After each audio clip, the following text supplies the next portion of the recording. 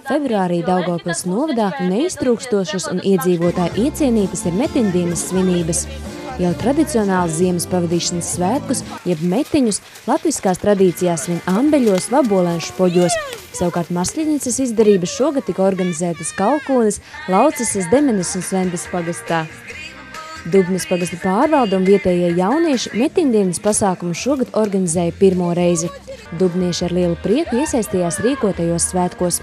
Par izpriecām rūpējās folkloras kopa Atzola, kas teatrāli iejutās kāznieku lomās un inscenēja kāzas, kā arī pagasta bērni un jaunieši, kuri demonstrēja savus talantus dejas mākslā.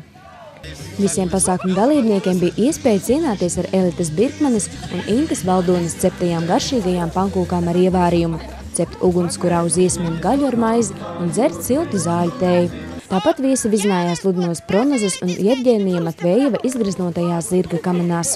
Par citām neatņemamām metiņu tradīcijām steidza stāstīt folkloras kopas Atzola dalībnieces.